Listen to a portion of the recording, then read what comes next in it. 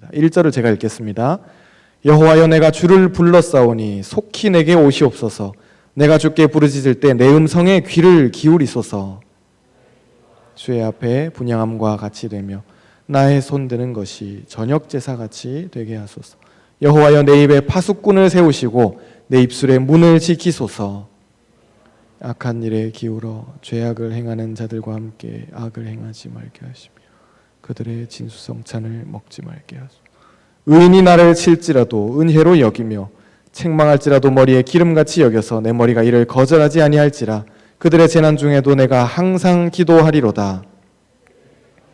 바위 곁에 내려 던져졌도다.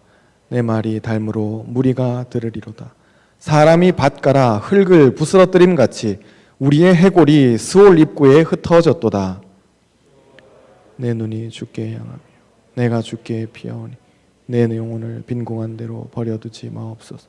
나를 지키사 그들이 나를 잡으려고 놓은 올무와 악을 행하는 자들의 함정에서 벗어나게 하옵소서. 악인은 자기 그물에 걸리게 하시고 나만은 온전히 면하게 하소서. 아멘. 하나님께서 저와 여러분에게 은혜를 주실 줄로 믿습니다. 우리 함께 앉아있는 형제 자매들 이렇게 축복할까요? 매일 예배 드립시다. 다시 한번 매일 기도합시다. 한 번만 더 해볼까요? 매일 말씀 봅시다. 아멘. 네, 참 어렵죠. 그렇지만 해야 됩니다. 그게 오늘의 말씀이에요. 저녁 제사같이 되게 하소서라고 할 때 그 저녁 제사는 어떤 것이냐면 성전 혹은 성막에서, 성전이 없을 때는 성막이었겠죠. 텐트를 이렇게 크게 쳐놓고 하나님의 궤를 거기에다가 모셔놓고 아침 저녁으로 제사장이 들어가서 하나님 앞에서 제사를 드립니다. 그러니까 오늘날로 이야기하면 새벽기도 같은 거예요. 새벽기도는 연중무휴 이렇게 열리거든요. 월화수목금토, 비가 오나 눈이 오나 월화수목금토 저희 교회는 새벽기도가 다 있습니다. 그래서 여러분들이 괜찮으실 때 한 번씩 나오시면 참 유익하고 좋습니다. 아침에 혼자 나와서 기도를 한다는 것은 하나님께 기도할 수 있는 것도 참 좋지만은 하루를 쓰는 이 분량 자체가 굉장히 많이 늘어나는 그런 체험을 여러분들이 하실 수 있을 겁니다. 늘 바쁘다고 하는데 왜 바쁠까요? 일단 스타트하는 시간 자체가 늦기 때문에 한정적인 시간을 쓰려 그러니까 늦는 거예요. 그런데 여러분이 하루를 새벽 4시에 시작하시면은 8시에 일어나는 것보다 하루를 4시간을 더 쓸 수 있어요. 그게 처음에는 좀 오후 되면 졸렵고 견딜 수 없고 그런 것들이 있겠지만은 이게 1년이 지나고 2년이 지나고 숙달이 되면 그러면 남들보다 최소 3시간 내지 4시간 하루를 더 쓰는 그런 삶을 살 수 있습니다. 그 이야기가 저녁 제사입니다. 다윗이 하나님께 괴로운 이야기를 해요. 하나님, 나 힘듭니다. 나 아픕니다. 나 괴롭습니다. 라고 이야기하는데 그때 그 이야기를 할 때 나의 이 기도가 저녁 제사처럼 새벽 기도처럼 월화수목금토 이렇게 드려지는 새벽 기도 같이 안 끊어지고 계속 기도로 올라갈 수 있기를 원합니다 라고 하는 것이 다윗의 마음입니다. 우리가 어려운 상황이 다가오면 외면하고 싶어지죠. 직면하려 하지 않고 외면하면 속이 편하거든요. 안 보면 굉장히 속이 편합니다. 그 사람 내 마음을 어렵게 하는데 그냥 제쳐버리면 굉장히 속 편합니다. 씹으면 굉장히 속 편한 거예요. 안 보이니까요. 그런데 다윗은 직면하려 그래요. 나를 괴롭게 하는 사울이 있어요. 그리고 이 성내는 시어머니보다 말리는 시누이가 더 밉다고. 자매 여러분들 할렐루야, 좋은 시어머니를 만날 줄로 믿습니다. 기도하길 바래요. 근데 그렇다고 해서 사울의 옆에서 계속 이렇게 깡족거리면서 다윗을 죽여야 돼요. 다윗이 어디에 숨어 있어요? 계속 이렇게 이야기하고 악한 말로 다윗을 모략하는 그 사람들까지 다윗을 계속 괴롭게 하는 사람들이 있어요. 그때 그들을 향해서 다윗은 그들을 외면해버리거나 혹은 악한 말로 저주하거나 그런 것이 아니라, 자기가 공격하거나 그런 것이 아니라, 하나님, 내 상황이 지금 이렇습니다 라고 내 삶의 시선을 하나님께로 그렇게 돌려드립니다. 우리의 상황도 마찬가지예요. 내가 외면해버리고 싶은 그 사람이 있어요. 내가 외면해버리고 싶은 그 상황이 있어요. 정말 꺼내고 싶지 않은 그 아픈 상처나 과거나 아픔이 있다고요.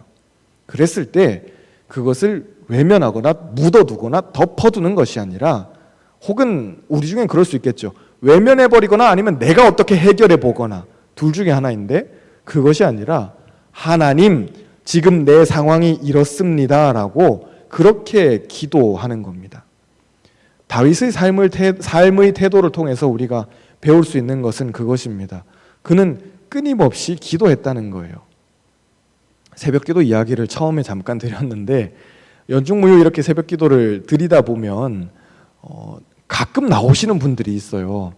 꼭 이렇게 안 나오시다가, 저분 새벽기도 한 번도 안 나오셨던 분인데 갑자기 나와가지고 막 열심히 이렇게 한 달 정도 막 불태워서 막 기도하시다가 갑자기 그렇게 또 사라져 버리는 분들이 있어요.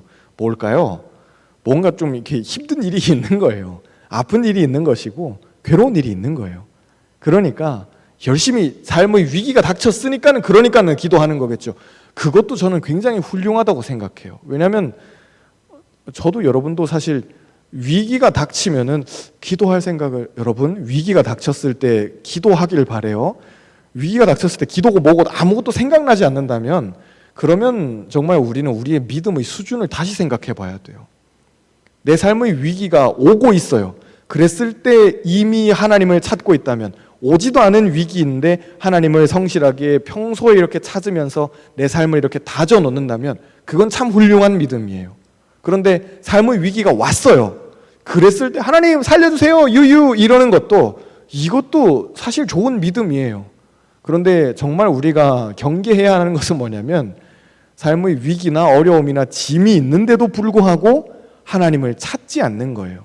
그냥 에이 안 해 이러고, 에이 안 봐 이러고 성질 부리는 그 우리의 모습이 어떻게 보면 가장 경계해야 될 부분이라는 것이죠. 다윗은 그래서 제사장들이 성막에서 매일 저녁 가서 예배드리고 하나님께 향을 이렇게 피워 올리고 하는 그 모습을 빗대어서, 나의 기도가 저녁 제사같이 되기를 원합니다.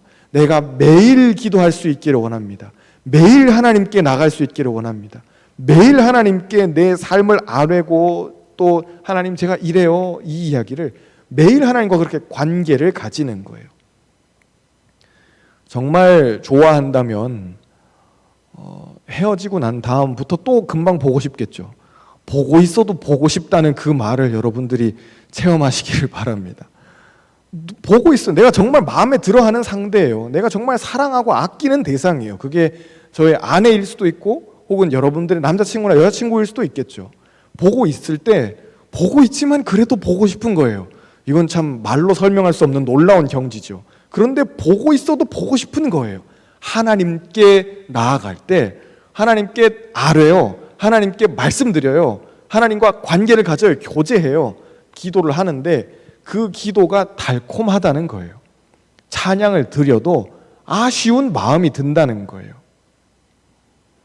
그래서 하나님께 이렇게 나아갔던 많은 우리 신앙의 선배들이 있지만은, 그들이 남겼던 많은 찬송가들을 보면, 또 시들을 보면은 밤낮 불러서 찬송을 드려도, 찬송가 아시는 분들 혹시 있을 거예요. 밤낮 불러서 찬송을 드려도, 그 다음, 자, 뭐 쟁반 노래방 같죠? 그 다음 가사는 뭘까요? 늘 아신 마음 뿐일세. 아니, 인간이 어떻게 밤낮 찬송을 부르는데 그 다음에 아쉬운 마음이 들어요. 밤낮 불러서 찬송을 부르면 그 다음 목이 아파야 정상인데, 밤낮 불러서 찬송을 드리는데 아쉬운 마음이 드는 거예요. 그건 주님을 정말 깊이 내 안에 만날 때, 깊이 끌어들일 때, 깊이 체험할 때 그 체험이 가능해요. 내가 체험해야 다른 사람에게도 체험을 권할 수 있어요. 놀이동산에서 무슨 놀이기구 타는 것 같이, 야 그거 타봤는데 엄청 재밌어 라고 하는 것처럼, 아니 내가 안 타봤는데 그거 재밌다고 이야기할 수 있어요? 그거 안 돼요. 그런데 내가 예수를 먼저 만나야, 그래야 다른 이들에게도 전할 수 있다는 거죠. 다윗은 오늘 말씀에서 1절에 보면 급하게 하나님을 요청하고 있어요. 우리 1절을 한번 읽어볼까요? 자막은 없습니다. 1절 같이 읽어볼게요. 시작. 여호와여, 내가 주를 불렀사오니 속히 내게 오시옵소서. 내가 주께 부르짖을 때 내 음성에 귀를 기울이소서. 속히 내게 오시옵소서 하고 하나님께 SOS를 치는 거예요. 뭐 오실 거면 오시고 뭐 급하시면 다른 일 보셨다 천천히 오셔도 되고 이게 아니에요. 속히 내게 오시옵소서 하고 부르짖는 겁니다. 급박한 거예요. 다윗의 상황은 지금 급해요. 하나님이 도와주시지 않으면 어떻게 될지 지금 앞뒤를 전혀 알 수가 없어요. 왜냐하면 다윗을 일단 죽이겠다고 쫓아오는 사울이 있고, 그리고 사울의 옆에서 사울을 차고 이렇게 부추기는 간신배들이 있고, 그리고 다윗을 돕겠다고 찾아오는 사람들도 사실 믿을 수가 없거든요. 성경에 보면 이 사무엘 하에 보면은 다윗이 광야에 혼자 있을 때 그를 돕겠다고 찾아오는 사람들이 있어요. 놀랍죠? 광야에 그냥 다윗이 혼자 도망 다녔을 도망자인데 그를 돕겠다고 혹은 갈 데 없어서 그 사람들이 다윗에게로 몰려들어요. 모여요. 그래서 언제나 하나님의 사람에게는 증거가 있어요. 사람이 모여요. 언제나 모여듭니다. 물론 외롭지만 모여들어요. 예수님도 그러셨잖아요. 그분이 혼자 광야에 나가 서 계셨어요. 막 이렇게 인스타로 막 홍보하고 오세요, 집회를 해요, 이런 이야기 안 하셔요. 그런데 구름대같이 사람들이 다 광야에서 도심으로 가는 것이 아니라 도심에서 광야로 몰려가요. 예수님 그냥 빈들에 서 계셨는데, 혹은 마태복음 5장 예수께서 산에 올라가 앉으시니 누가 나와요? 제자들이 나아온지라 입을 열어 가르쳐 이르시되 심령이 가난한 자는. 예수님 산에 올라가 계신다고요. 그냥 산에 올라가서 누가복음 6장 예수께서 산에 올라가셔서 기도하셔요. 밤이 맞도록 기도하셨어요. 우리 개역 한글에서는 밤이 맞도록 그렇게 표현을 좀 어렵겠지만은 쉽게 이야기하면 밤새면서 철야 기도하신 거예요. 그런데 예수님이 주여 주여 그러고 있을 때 누구들이 와요? 제자들이 예수님께 나오는 거예요. 다윗도 혼자였어요. 그런데 하나님이 사람들을 붙여주세요. 저는 여러분에게 그런 하나님께서 사람을 붙여주시는 은혜가 있기를 축복합니다. 외롭지만 모두가 다 내 친구가 될 수는 없겠지만 정말 내 마음을 주고 받을 수 있는, 하나님 나라를 일구기 위해서 함께 싸워보자고 하는 그런 용사들이 내 옆에 붙게 되어 있어요. 내가 용사일 때 내 정체성이 나 하나님의 나라를 위해서 싸우겠습니다라고 하는 그 용사의 정체성일 때 내 곁에는 동료가 생겨요. 마음이 통하잖아요. 다윗에게는 그런 꿈이 있었을까요? 사실 그건 다윗의 꿈이 아니었어요. 다윗은 그냥 사울이 나 좀 그만 쫓아다녔으면 좋겠다, 이런 적당한 꿈이지 무슨 자기가 사울을 죽이고 왕이 되고. 다윗에겐 2번이나 찬스가 있었어요. 사울을 직접 죽일 수 있는 2번이나 엄청난 찬스가 있었는데도 불구하고 그거 끝까지 외면해요. 하나님의 손에 그냥 맡겨드리는 거예요. 오늘 말씀의 마지막에서도 한번 나눠보겠지만 다윗에게는 왕권에 대한 야심이 없었어요. 그걸 확실하게 알 수 있는 것이 2번의 기회였던 거죠.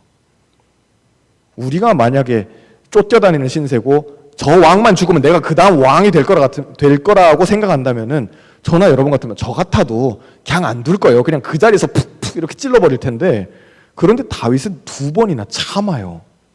그걸 무슨 여러분 자기 전에 치킨 참는 그런 참는 게 아니에요. 이건 내 인생이 바뀔 수 있는 거라고요. 그런데 다윗은 끝까지 스스로 고생하는 길을 택해요. 그러면서 누구의 손에 맡겨드리는 거예요? 하나님의 손에 사울을, 내 문제를, 이 문제덩어리를, 이 골칫덩어리를, 이 내 막 마음 아프게 하는 이것을 하나님께 맡겨드리는 거예요. 다윗의 주변에 사람들이 모여요. 그런데 그 사람들도 사실 다윗은 믿을 수가 없죠. 누가 누군지 알 수 없으니까. 혹시 사울이 보낸 자객이면 어떡해요? 그러다 밤에 자다가 다윗을 푹 찌르면 그냥 끝나는 거예요. 그런데 다윗은 그들을 다 맞아들여요. 말씀에 보면 외로운 자, 핍박받는 자, 고난받는 자, 사울에게 쫓겨다니는 자, 혹은 범죄자, 불한당들, 깡패들, 동네의 온갖 양아치들, 이런 사람들이 다 몰려오는 거예요. 다윗에게 다 와요. 광야에서 600명이나 그렇게 남자들이 모여 있었어요. 남자들만 있었겠어요? 거기 남자에게 딸려있는 아내가 있고 자녀들이 있고, 광야에서 이 패밀리를 만들어가지고 그렇게 살고 있었던 거예요. 도망자 패밀리예요. 이건 말도 안 되는 패밀리예요. 광야에서 다윗 혼자 돌아다녔을 뿐인데 하나님 그에게 패밀리를 붙여주신다고요. 그리고 이 용사들의 이름이 쭉 열거가 돼요. 열왕기상에서도 보면 이 용사들의 이름이 다윗과 함께 광야에서부터 고생하면서, 이 우리로 따지면은 흙먼지 같이 마시면서 막 이렇게 온갖 고생 산전수전 공중전 다 겪었던 이 용사들이 이름이 1번부터 쭉 나와요. 이 사람들이 다 누굴까요? 다윗 왕국의 개국 공신들이에요. 그 사람들이 그런 꿈을 꿨을까요? 사울을 죽이고 내가 한 자리 차지해서 다윗 왕국에선 내가 2인자가, 이런 꿈을 꾸지 못해요. 도망자들인데 무슨 꿈을 꿔요? 빚쟁이들한테 쫓겨다니는 신세인데 무슨, 아니면 암살 위협에 놓여있는 사울에게 밉보인 이런 정말 3류, 4류 인생들인데, 그런데 다윗이 좀 힘이 있어 보이고 저 양반은 나를 좀 지켜줄 수 있을 것 같으니까 거기 가서 좀 이렇게 내가 머리라도 좀 기대고 밥이라도 좀 얻어먹고 이랬던 사람들인데, 다윗으로 하여금 하나님이 그들 모두의 삶을 바꾸게 하시죠. 옆에 있는 분들 이렇게 한번 축복하겠습니다. 하나님께서 친구를 주십니다. 하나님께서 여러분 모두에게 영적인 동료를 주실 줄로 믿습니다. 외롭지만, 우리의 상황 자체는 외롭지만 하나님 왕국을 위해서 싸우겠다는 그 꿈을 가지고 있으면서 참 외롭지만 같이 마음을 나눌 수 있는 동료를 주셔요. 이건 제 기도 제목이기도 해요. 제가 이제 이 현장에서 있으면서 목회를 시작하면서, 전도사부터 시작하면서 차근차근 지금 10년 조금 된 것 같은데, 저도 나름 10년 됐어요. 근데 이렇게 하면서 하나님 마음에 자꾸 주시는 기도의 제목은, 야, 너 이거 끊어지지 말고 계속 기도해라 라고 마음에 주시는 기도의 제목은 무엇이냐면, 믿음의 동역자들을 자꾸 붙여달라는 거예요. 저는 제 능력을 알거든요. 저는 뭐 이렇게 칼 뽑아들고 싸울 수 있을 만한 그런 능력이 없어요. 뭐 이렇게 머리가 잘 돌아가는 것도 아니고, 뭐 언변이 좋은 것도 아니고, 관계를 잘하는 것도 아니고, 되게 좀, 전 여러분 아시다시피 되게 뻣뻣한 인간이에요. 그리고 자매 여러분들 미안해요. 저는 별로 세심하지도 않아요. 여러분들의 마음을 잘 이렇게 헤아려주거나 만져주거나 그러지 못해요. 되게 많이 놓쳐요. 그런 저에게 기도 제목이 있다면, 주님, 저와 함께 사람들의 마음을 만져줄 수 있는 사람을 주세요. 저와 함께 머리를 쓰고 사역을 기획할 수 있는 사람을 주세요. 저와 함께, 저는 추진력도 약해요. 뭐 이렇게 하다가 아우 힘들어 그러면 아우 자버리고 내일 하자 이러다가 다 망치고. 그런데 저에게, 주님, 저와 함께 강한 추진력을 가지고 일을 계속 밀어붙일 수 있는, 하나님의 일이 될 수 있게 하는 그 믿음의 동역자를 붙여주세요라고 그렇게 기도해요. 어제도 잠깐 아내하고 이야기했지만 믿음의 동역자예요. 내가 칼 못 쓰면 뭐 어때요? 내가 창 못 쓰면 어때요? 내가 뭐 화살 못 쓰면 어때요? 같이 싸우는 거예요. 나도 같이, 야, 그럼 난 뒤에서 북이라도 치고 그럼 되잖아요. 같은 편이 되어서 하나님 나라를 위해서 같이 싸우는 믿음의 용사들이 필요한 거죠. 그리고 내가 기도할 때 하나님은 그들을 나에게 붙여주세요. 하나님 나에게 속히 오시옵소서. 다윗이 그렇게 외쳐요. 하나님이 오셔요. 누구의 모습으로 오실까요? 용사들의 모습으로 오셔요. 돕는 손으로 오셔요. 그분은 돕는 손이에요. 여러분들을 돕는 손이에요. 직접 오셔요. 돕는 어떤 눈이 아니에요. 돕는 귀도 아니에요. 손으로 오신다고요. 사람이 손을 뻗으면 뭔가 액션이 있잖아요. 잡든지 던지든지 들어 올리든지 뭔가 때리든지 밀든지 하잖아요. 손은, 그래서 성경에서 말하는 손은 하나님의 능력의 상징이에요. 주의 손을 우리에게 할 때 하나님 우리에게 능력으로 오시옵소서, 그 이야기예요. 하나님이 손을 드시면 게임 끝나는 거예요. 그분이 손을 드시기 때문에 그래요. 속히 내게 오시옵소서. 다윗이 그렇게 부르짖으면서 2절에 저녁 제사같이 나의 기도를 올려드립니다. 매일 올려드립니다. 광야에서 그렇게 모닥불 피워놓고 뒤에서 이렇게 다른 남자들 다 같이 고기 구워 먹고, 뭐 아니면 오늘 잡은 게 없으니까는 그냥 불이나 피워놓고 뭐 쫄쫄 굶고 밥 끓여 먹고 이러고 있을 때, 다윗이 혼자 어침침한데 혼자 으슥하게 멀리 좀 떨어져 가지고 자기 옷 뒤집어 쓰고 기도하는 그 장면을 한번 생각해 보세요. 하나님, 내가 이 빈 광야 같은 곳에서, 사실 광야죠. 이 광야에서 저녁 제사를 하나님께 드립니다. 매일 올려드립니다. 나 너무 외롭고 너무 어렵고 너무 힘든데 주님 나에게 속히 오시옵소서. 그렇게 기도해요. 그런데 기도의 제목이 참 재밌어요. 우리 같으면 이 저녁 제사 매일 정성 드리는 이 기도의 제목이, 주님 저 사울을 빨리 제정신으로 돌아오게 하시든가 아니면 빨리 좀 데리고 가시든가, 문제를 놓고 기도할 텐데 그렇겠죠? 그게 사실 맞는데 다윗은 3절에 굉장히 이상한 기도를 해요. 3절 한번 읽어보겠습니다. 3절 시작. 여호와여 내 입에 파수꾼을 세우시고 내 입술에 문을 지키소서. 내 입을 지켜달라고 기도해요. 내 입으로 나가는 말을 지켜달라고 기도합니다. 입은 가장 죄짓기 쉬운 통로예요. 동시에 가장 선한 통로이기도 합니다. 사람을 그래서 말로 살릴 수도 있고 말로 죽일 수도 있잖아요. 다윗은 자기가 지금 얼마나 사울에 대해서 억한 심정이 있겠어요. 다윗이라고 사울을 안 죽이고 싶겠어요?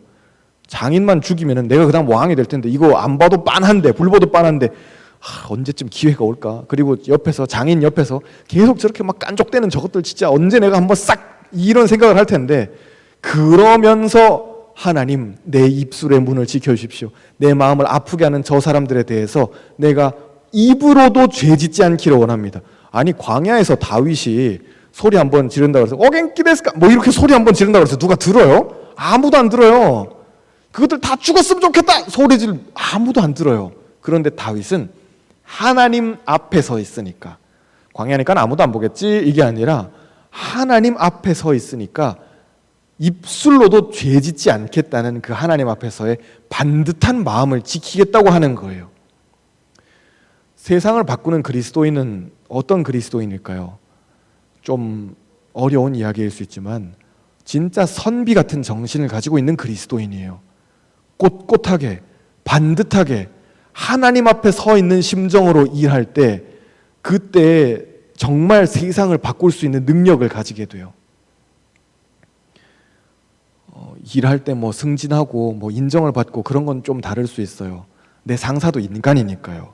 그러면 인간인 상사가 나한테 잘해주는 내 부하 직원이 아이고 예쁘다 넌 참 이 이야기 하지, 성실하게 일 잘하는 직원 보고 아유 넌 참 일을 잘하는, 잘 안 그래요. 그런데 누가 보고 계실까요? 하나님이 다 보고 계세요. 직장에서 여러분 적당히 정치하지 마시기 바래요. 일하셔요. 정치하지 마시고 일하시길 바래요. 누가 보고 있기 때문에 그럴까요? 하나님이 보고 계시기 때문에 그래요. 다윗은 정치하지 않았어요. 다윗은 입으로 죄짓지 않으려 했다고요. 하나님 앞에서 정말 꼿꼿하게 서 있으려 그랬다고요. 그걸 하나님이 예쁘게 보셔요. 그리고 반드시 좋은 것으로 갚아주세요. 아멘. 우리가 하나님 앞에서 바르게 서 있으려 하죠. 아니 쟤도 저렇게 하고 얘도 저렇게 하고 얘도 대충 하는데 왜 내가 꼿꼿이 있어야 되죠? 이유는 간단해요. 하나님이 나중에 반드시 좋은 것으로 갚아주시기 때문에 그래요. 그걸 믿음이라고 해요. 우리 중에 믿음이 있는 사람과 없는 사람 어떻게 분간할 수 있을까요? 믿음이 있으면 하나님이 보신다는 걸 믿어요. 그래서 남이 보든 안 보든, 목사가 보든 안 보든, 직장에서 상사가 보든 안 보든 어쨌든 내가 할 수 있는 일은 최선을 다해서 하는 거예요. 여러분 모두가 그런 능력의 소유자가 되길 바라요. 그게 믿음 있는 사람의 삶이에요. 그런데 믿음이 없으면, 하나님 보시고 있다는 걸 믿질 않으니까 뭐 하나님 설마 그렇게까지 하시겠어? 라고 생각하니까 옆에 있는 내 안 믿는 친구하고 똑같이 사는 거예요. 그러면 그렇게 묻혀가지고 살아버리면 내가 예수 믿는 날은 일주일에 하루밖에 없는 거예요. 일요일 끝. 그리고 월화수목금토는 세상에서 안 믿는 친구들하고 똑같이 다르게 이렇게 살아가면서 구별도 안 되고 뭐 이렇게 살다가 그렇게 능력 없이 그렇게 사는 거예요. 보든 안 보든 그 차이입니다. 누군가 나에 대해서 안 좋은 이야기를 할 수 있어요. 그런데 그것을 다윗은 받아들일 때 의인들이 나에게 책망하는 것을 5절에 보면 머리의 기름같이 받아들이기를 원합니다. 머리에 기름 바른다는 것은 그 사람을 존귀하게 해준다는 거예요. 다윗이 아직 목동이었을 때, 양치기 소년이었을 때 사무엘이, 대선지자 사무엘이 다윗의 집에 찾아와요.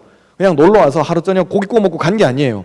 그 저녁 잘 먹고 난 다음에 다윗의 식구들을 다 불러 모아요. 여러분 중에 하나님이 왕으로 세우실 사람이 있다. 첫째 형 나와라. 하나님이 사무엘에게 뭐라 하세요? 그는 아니다. 둘째 형 나와라. 하나님이 그는 내가 버렸다. 이거 굉장히 무서운 이야기예요. 그는 내가 버렸다고 말씀하셔요. 셋째, 넷째, 다섯째, 여섯째 다 나왔는데, 형들이 다 나왔는데 없어요. 왕으로 세우실 사람, 분명히 왕으로 세울 사람이 있다고 해서 사무엘이 왔는데 없다고 이야기하고 난 다음에 아버지인 이새에게 사무엘이 지금 형제들이 다 나왔습니까? 라고 물어보니까 이새가 그제서야 하는 말이 막내가 있는데요. 지금 저기서 일하고 있어요. 그러니까 허드렛이라는 이 중요한 손님이 집안에 오셨을 때 식탁에 초대할 가치도 없을 정도의 허드렛 아들이라는 거예요. 정말 우리로 따지면은 정말 곁다리예요. 정말 별 볼 일 없는, 집안에서도 인정을 못 받고 사랑을 못 받는 그런 아들인데, 그 다윗을 들에 있던 다윗까지도 하나님이 기어코 찾아내서 부르세요. 그리고 다윗에게 사무엘이 어떻게 하나요? 하나님 바로 사무엘에게 바로 딱 말씀하시죠. 그다, 기름 부어라 말씀하신다고요. 그리고 사무엘이 다윗에게 기름을 부어요. 그러고 다윗이 기름 붓고 난 다음에 왕관 쓰고 빠빠빠빠 왕 되면 얼마나 좋겠어요. 그렇게 기름 붓고 난 다음에 사무엘 가고, 다윗이 그 다음에 골리앗 잡고 20년 동안 광야에서 도망 다니고, 그럴 것 같으면은 다윗은 얼마나 광야에서 그때 내가 기름을 바르지 말 걸, 그 생각을 얼마나 했겠어요. 내가 괜히 기름 발라가지고, 이 생각을 분명히 했을 거라고요. 형들도 알고 있었어요. 이거 기름을 붓는다는 게 어떤 의미인지를 알고 있었다고요. 기름은 3명만 부어요. 왕, 선지자, 제사장. 이스라엘에서 단 3명만 기름 부음 받음을 받을 수가 있어요. 그런데 다윗이 선지자가 될 거예요? 그건 아닌 것 같아요. 제사장이 될 거예요? 얘는 레위 지파가 아니에요. 그럼 뭐 남았어요? 왕밖에 없어요. 얘는 왕이 될 거라고요. 그랬던 다윗이었는데, 기름 부음을 받는다는 것을, 이건 동시에 기름 부음 받는다는 것은 영광인 동시에 십자가예요. 참 어렵죠. 저는 그러나 여러분들이 모두 기름 부음 받기를 사모하기를 원해요. 성령께서 여러분에게 기름 부어 주시기를 바라요. 기름 부어 주시는데 이것은 영광인 동시에 나의 십자가예요. 이거 참 아파요. 제 이야기를 하자면 그래요. 아들이 무럭무럭 잘 자라고 있어요. 이 난리통인 코로나에도 학교 막 잘 가고 열심히 가방 메고 돌아다니고 자랑스러워요. 자기 학교를 굉장히 자랑스러워해요. 얘는 교복이 있거든요. 보기만 해도 더워 죽겠는데 와이셔츠 입고 이렇게 바지 입고, 근데 그걸 입고 기어코 놀이터로 놀러를 가요. 자기의 학교 애교심이 있어요. 자기 학교를 굉장히 자랑스러워하는 그런 마음이 있는데, 얘는 정말 목사가 되지 않았으면 좋겠어요. 인간적인 마음이에요. 목사가 되면 져야 되는 십자가가 있기 때문에 그래요. 물론 목사가 제일 힘든 건 아니겠죠. 세상에 얼마나 많은 직업이 있는데 목사가 힘들겠어요. 그런데 목사인 제가 제 아들을 봤었을 때, 영적으로 져야 되는 그 짐을 생각했을 때, 목사가 아니라면 신경 안 써도 되는 이 사람에게 한번 또 전화해주고 챙겨주고 그러면서 부지런히 일하면 안 돼요. 목사는 일하면 안 돼요. 사역을 하시는 여러분들도 일하지 마시기를 바라요. 예를 들자면 그런 거예요. 아픈 분이 있어요. 그랬을 때 일하는 목사 같으면은, 뭐 김성호 집사님 예를 들어서 아파요. 몸살이 났어요. 목사님 한 주 교회를 못 나갈 것 같아요. 연락도 없었어요. 그러면은 오늘 집사님 왜 안 나오셨지? 일하는 목사 같으면은 집사님한테 전화해서 집사님 어디 아프세요? 라고 여쭤보고, 목사님 죄송해요. 제가 몸살이 나가지고 쿨락쿨락. 집사님 이러실 거 아니에요. 그러면 집사님 괜찮으신가 보네요. 그러면 다음 주까지 잘 나올 수 있도록 기도할게요. 예, 그리고 뭐 일지에 잠깐 남겨놓고 뭐 담임 목사님한테 보고하고, 김성호 집사가 아프답니다. 이건 일하는 목사예요. 근데 목사는 거기서 끝나면 안 되거든요. 새벽에 나와서 저기 앉아가지고 집사님을 위해서 기도해야 돼요. 그래야 목사예요. 이게 없잖아요. 누가 봐요? 집사님이 알겠어요? 몰라요. 집사님의 상황을 저한테 이야기를 해주세요. 여러분들의 뭐 기도 제목을 저한테 이야기를 해요. 제가 기도해요. 근데 여러분들이 그걸 알아요? 알 리가 없어요. 여러분들이 무슨 여러분 기도를 제가 하는 걸 여러분들이 알겠어요? 그거 말이 안 되는 이야기잖아요. 그럼에도 불구하고 저는 해야 돼요. 왜냐? 그래야 목사이기 때문에 그래요. 그거 안 하잖아요? 그럼 미안하지만 그 사람은 그냥 직원이에요. 그냥 교회 직원이에요. 여러분들이 모은 헌금을 가지고 매달 월급을 받는 그냥 직원일 뿐이에요. 저는 그런 직원이 되지 않기를 바라요. 새벽마다 이를 악물고 기도해요. 주님, 저는 직원이 아니에요. 저는 주님 목사예요. 저는 알바가 아니에요. 주님, 저는 목사예요. 목사가 되게 해주세요. 기도해요. 그게 괴로운 거예요. 때론 직원처럼 하고 싶거든요. 어떤 직원들은 잘하는 직원들도 있어요. 제 친구들의 이야기를, 선배들의 이야기를, 후배들의 이야기를 들어보면, 야, 쟤는 정말 잘한다. 그런 친구들이 있어요. 직원이에요. 미안하지만. 새벽에 기도할 것 같아요? 안 해요. 그런데 교인들한테 인정받아요. 왜 그럴까요? 눈에 보이는 걸 잘하거든요. 다윗은 그러지 않았어요. 주님, 내 입술의 파수꾼을 아무도 보지 않는 그 자리에서도 하나님 앞에서 바로, 하나님 보시기에 바로 라는 그 정신을 가지고 있었기 때문에 하나님은 다윗을 기름 부으시고 귀하게 쓰세요. 기름 부음 받는다는 것은 그래서 십자가라는 거예요. 참 힘들죠. 그래서 십자가예요. 동시에 영광이에요. 자꾸 제 예를 들어서 좀 죄송하긴 한데 이 말씀을 묵상하면서 제가 받았던 은혜를 나누기 때문에 그런 것 같아요. 왜 십자가인 동시에 영광일까요? 제가 뭐라고 여러분들을 위해서 기도하게 하겠어요? 제가 뭐라고 부서를 책임지게 하겠어요? 제가 뭐라고 이 교회에 있는, 내 교구에 있는 권사님들을, 집사님들을, 장로님들을 챙기게 하겠어요? 참 감동적인 한 주였었어요. 지난 한 주 뭐 했는지 아세요? 여러분들 QR코드 만들었어요. 한 주 동안 굉장히 감동적이었어요. 와, 제가 혼자 그냥 만든 QR코드가 한 400개 되거든요.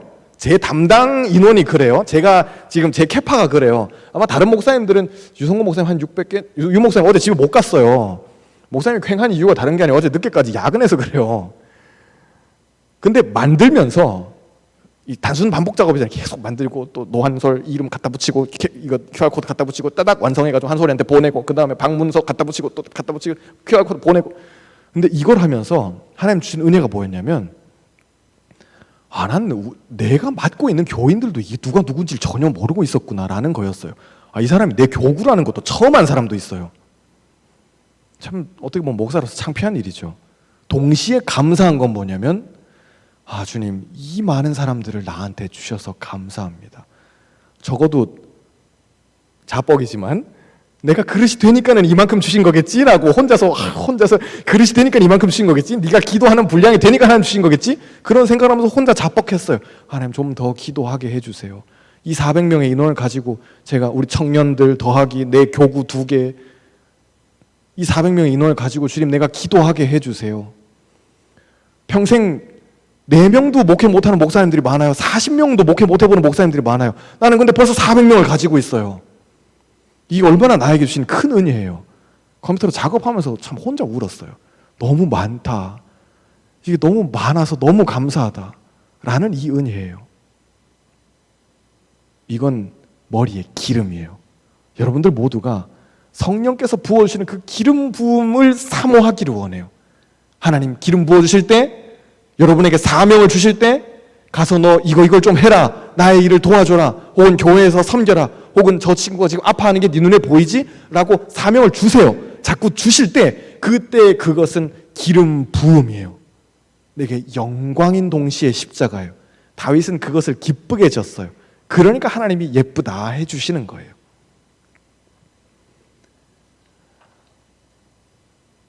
다윗은 9절과 10절에서 그렇게 이야기해요. 하나님 이 그물에서 벗어나게 해주십시오. 촘촘하게 짜놓은 이 그물이 있어요. 우리 9절 말씀, 10절 말씀 같이 마지막으로 한번 읽어보도록 하겠습니다. 9절 시작. 나를 지키사 그들이 나를 잡으려고 놓은 올무와 악을 행하는 자들의 함정에서 벗어나게 하옵소서. 악인은 자기 그물에 걸리게 하시고 나만은 온전히 면하게 하소서. 아멘. 세상 사람들이 싸우는 방법은 그물을 만들어서 상대방이 날 공격하면 나도 똑같이 함정 놓는 거예요. 그렇게 해서 누구의 함정이 더 정교하냐 그 싸움을 하는 거예요. 정치는 어떻게 보면 그런 거거든요. 함정 만들어 놓고 누가 더 정교하게 트랩을 만들어 놓느냐 그 싸움인 거예요. 그런데 우리의 싸움은 그러면 안 돼요. 다른 사람들이 싸우지 않는 방법대로 싸워야지 우리가 이길 수 있어요. 하나님 저 사람들이 나에게 함정을 쳤습니다. 나에게 더 큰 그물을 주시옵소서. 이게 아니에요. 그게 아니라 하나님 이 그물을 나로 하여금 벗어나게 해주십시오. 내가 지금 내 직장에서 앞뒤 좌우로 짜부돼서 오도 가도 못하는 상황이 됐는데 주님 이 그물을 벗어나게 해주십시오. 내 관계 때문에 지금 앞뒤로 주님 막혀 있습니다. 이 그물을 주님 벗어나게 해주십시오. 누구에게? 하나님에게. 주님 내 진로가, 내 취직이, 내 연애나 혹은 결혼이 주님 지금 막혀 있어요. 내 힘으로 벗어나요? 못 벗어나요? 못 벗어나요. 그러니까 어떻게? 하나님 벗어나게 해주십시오. 시선을 먼저 어디로 돌리는 거예요? 하나님께로. 하나님 벗어나게 해주십시오라고 그렇게 주님을 부르는 거예요. 악인들에게 10절에 보면 다윗이 자기 그물에 걸리게 해달라고 다윗이 그렇게 이야기해요. 참 쟤네들 어떻게 좀 자빠졌으면 좋겠다. 그런데 그거에 내가 칼을 들어서 치는 것이 아니라 누구의 손에 맡기는 거예요? 하나님의 손에 맡겨드리는 거예요. 왜냐하면 내가 칼을 들어서 치면 내 손에도 피가 남거든요. 다윗은 군인이었기 때문에 그 생리를 잘 알고 있었어요. 내가 죽이잖아요. 그러면 반드시 그 칼이 또 나에게로 돌아와요. 내가 어디에서 무력을 행사하죠. 그러면 반드시 나에게 복수의 손길이 다시 온다고요. 군인이었던 다윗은 그걸 굉장히 잘 알고 있었어요. 그랬기 때문에 최고의 전략은 뭐예요? 뭐 손자병법에도 나와 있는 이야기지만 안 싸우고 이기는 거예요. 가장 잘 싸우는 건 안 싸우고도 이기는 거예요. 그러니까 다윗은 누구에게 맡겨버리는 거예요? 하나님께. 주님의 그 악인들이 자기들의 그물에 걸리게 해주십시오라고 그렇게 이야기해요. 만약에 다윗이 손을 들어서 사울을 쳤다면 많이도 필요 없어요. 단도 뽑아가지고 짧은 칼 뽑아가지고 한 번만 푹 하고 찔러버리면 끝나는 건데 그거 한 번만 찔렀다가는 다윗은 그러면 끝나는 거예요. 왕은 됐겠지만 평생 사울을 따르는 무리들이 사울의 원수를 갚겠다, 옛날 왕정을 복고시키겠다, 쿠데타를 이런 소리 하면서 평생을 보냈을 거라고요. 그럼 다윗의 왕국은 절대 편안하게 서지 못해요. 그런데 사울이 어떻게 해요? 혼자 죽어요. 블레셋이랑 전쟁하다가 다윗의 손에 죽은 것도 아니고 혼자 죽는다고요. 그래 버리니까 다윗의 반대파들에게도 명분이 하나도 없는 거예요. 다윗의 치세에 반란은 있었지만 사울하고는 관련 없는 이야기가 되어버렸어요. 그러니까 편안하게 자기의 왕국을 다스릴 수 있었겠죠. 이게 하나님의 사람이 싸우는 방식이에요. 저와 여러분이 오늘 저녁부터 저녁 제사 드리기를 원합니다. 매일 기도 드리고 매일 말씀 보고 매일 그렇게 내 개인 예배 드리면서 인생의 고난을 넘어가는 이 원동력은 어디에서 나올까요? 나의 저녁 제사예요. 고난을 넘어가는 원동력이 뭐 고난의 때에 갑자기 뭘 이렇게 많이 사드린다 그래서 그게 아니에요. 매일 드리는 저녁 제사, 매일 하는 큐티, 매일 보는 말씀. 그게 안 되면 유튜브라도 여러분들 보세요. 얼마나 좋은 목사님들 말씀이 쏟아져 나와요. 제 Q&A 안 보셔도 돼요. 그런데 얼마나 많은 목사님들이 이 지금 질문에 대답하고 설교하고 이런 이야기들이 유튜브에 많아요.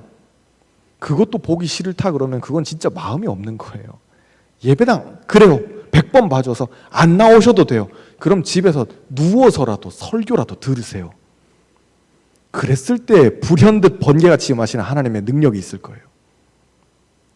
전 여러분들이 이번 한 주 그렇게 저녁 제사 드리면서 승리하는 한 주 되길 바랍니다. 그래서 우리 청년들 한 사람 한 사람이 말씀으로 승리하는 여러분들 되기를 주님의 이름으로 축복합니다.